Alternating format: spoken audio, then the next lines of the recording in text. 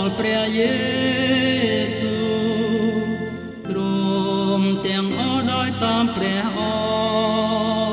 ង្គអគុំនិតនឹងពាសំដីដែរនឹងគ្រប់ពេលវេលាខ្ញុំថ្វាយទាំងអរដល់ព្រះយេស៊ូវហើយគឺគ្រប់ពេលវេលាខ្ញុំថ្វាយទាំងអរដល់ព្រះយេស៊ូវហើយគឺគ្រប់ពេលវេលាខ្ញុំ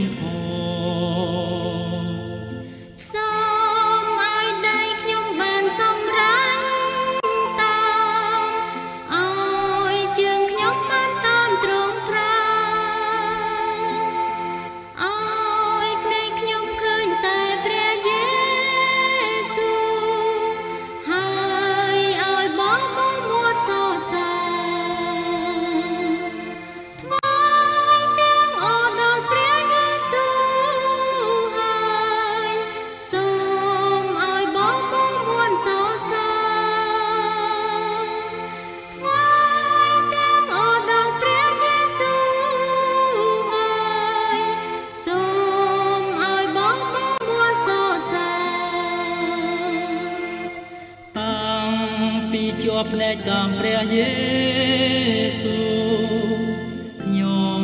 អត់បានឃើញអ្វីទៀតសោះដោយចិត្តខ្ញុំរុំជួលដិតតាមទ្រង់ឃើញតែព្រះអង្គជាប់ឆ្កាងនោះថ្វា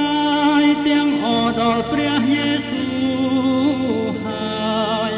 ឃើញតែព្រះអង្គជាប់ឆ្កាងនោះថ្វាយទាំងអរដល់ព្រះយេស៊ូវហើយឃើញតែព្រះអង្គជាប់ឆ្កាងនោះអ